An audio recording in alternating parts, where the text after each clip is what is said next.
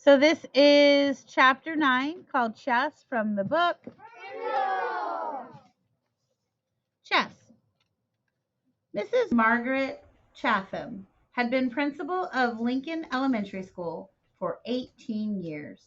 She knew Mr. and Mrs. Allen because they had all served together on the building committee when the old Lincoln School was torn down and the new one was built 6 years ago. When she telephoned one afternoon of October 1st to set up the meeting, Mrs. Chatham had asked Nick to be there too. It was 6:30 when she knocked, and Nick opened the door. "Good evening, Nick," she said. No smile. "Hi, Mrs. Chatham," said Nick, backing away as she filled the doorway. She was a large person, as tall as Nick's dad, with wide shoulders. Nick guessed she would have played linebacker on a football team because that's what his dad had played in college. "Hello, Mr. and Mrs. Allen," she said, stepping into the living room. She was wearing a long black raincoat with a red silk scarf tied loosely around her neck. She kept her coat on, but took off the scarf and tucked it in her left pocket. She shook hands stiffly with both of Nick's parents before sitting down on the chair to the left of the couch. Nick's mom and dad sat on the couch, and Nick sat in the rocking chair that faced Mrs. Chatham, across the low coffee table. "This is not an easy visit for me. We are having some trouble at school, and it appears that Nick is in the middle of it." Then, while Nick's parents listened, Mrs. Chatham laid out the story as she saw it. Nick encouraged the other kids to use his new word. Mrs. Granger forbid it. The ruined fifth grade class picture, hundreds of kids staying after school, and a general feeling that there was a rebellion at school, with no one respecting the rules anymore. Nick watched his mom and dad while Mrs. Chatham talked, looking from one face to another. His dad was listening carefully, nodding and frowning. He looked embarrassed about the trouble, but his mom looked kind of annoyed. And when Mrs. Chatham finished her story, Nick's mom was the first one to speak. "But doesn't this all seem like a lot of fuss about something pretty silly?" Nick sat quiet, but in his mind he shouted, "Hooray for Mom! Hooray for mothers everywhere!" His mom wasn't annoyed with him. She was annoyed with Mrs. Granger, maybe even annoyed with Mrs. Chatham. This was getting interesting.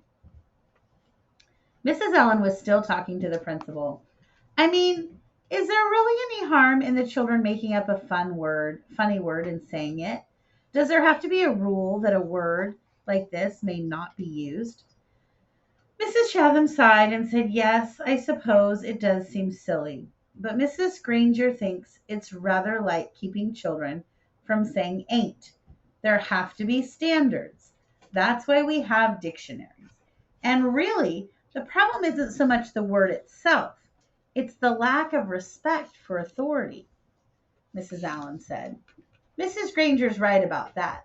There have to be standards. We can't have kids walking around saying ain't, can we?" And that's when Nick piped in. "You know that big dictionary in Mrs. Granger's room? The word ain't is right there in the book. I looked it up, and there it was. I don't see why we can't use a word if it's in the dictionary." Mrs. Granger even said that her big dictionary was law. Nick looked from face to face to face. That stumped them all. He had just launched a first-class thought grenade.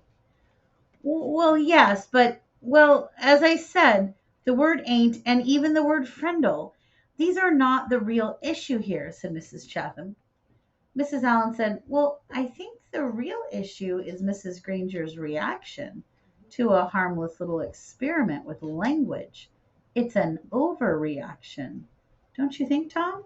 And Mrs. Allen looked at her husband. It was Mr. Allen's turn to look from face to face to face to face. He was lost. "Yes, well, sure. I guess so. I mean, it's not like anyone's being hurt. I mean, it's not like vandalism or stealing or something like that." His sentence trailed off, and he rubbed his chin and stared thoughtfully through the window on the wall behind Mrs. Chatham. And while the three grown-ups sat there in an uncomfortable moment of silence, Nick had a sudden vision of what was really going on here.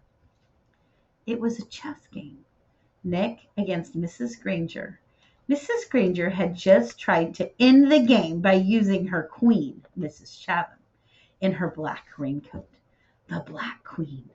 Nick didn't know it until the attack was underway, but he had a powerful defender on his own. Good old Mom, the White Queen. How many of you played chess before? Have you seen there's white pieces and black pieces on a chessboard, and one of your pieces are kings and queens, right? Some of your pieces, yeah. Okay. And the game was not over. It would go on until there was a winner and a loser. Mrs. Chatham didn't stay much longer. There was a little more talk back and forth across the chessboard about how children have a right to explore new ideas, about the importance of respecting teachers and the work that they do, about everybody needing to keep up standards and make the school a safe place to learn. Then Mrs. Allen offered Mrs. Chatham some coffee and banana bread, but she said no. Thanks, I really must be going now. She thanked Nick's parents, and they thanked her. Nick opened the door and said, "Good night, Mrs. Chatham." Then the Black Queen put on her red scarf and walked off into the October twilight. "Nick, I think we better talk a little bit more about this," said his mom, sitting back down on the couch. "If I find out that you've been disrespectful to Mrs. Granger or any other teacher at school, then you really will be in big trouble." "I haven't been disrespectful, honest. I did get everyone to start using my word, but like you said, it's not hurting anybody. And I'm sorry if me and Dave and Pete got everyone to ask Mrs. Granger to borrow a Frindle. That was mean, I guess. But she started it by making kids stay after school and write 100 sentences just for saying my word once. All the kids like to use my word. It's just fun, that's all." "Well," said Nick's dad, "if it gets everyone upset and makes the principal come talk to your mother and me, then it must not be fun for everyone, is it? And I think you should just tell all your friends to knock it off right now. I mean tomorrow." Nick shook his head. "I can't, Dad.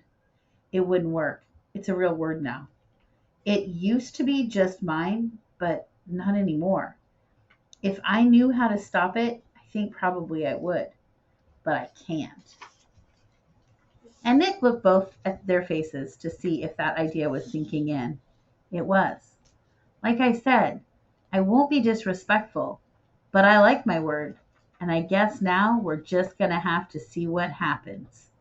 And the chessmen, Nick's king and queen, had to agree. The game would go on.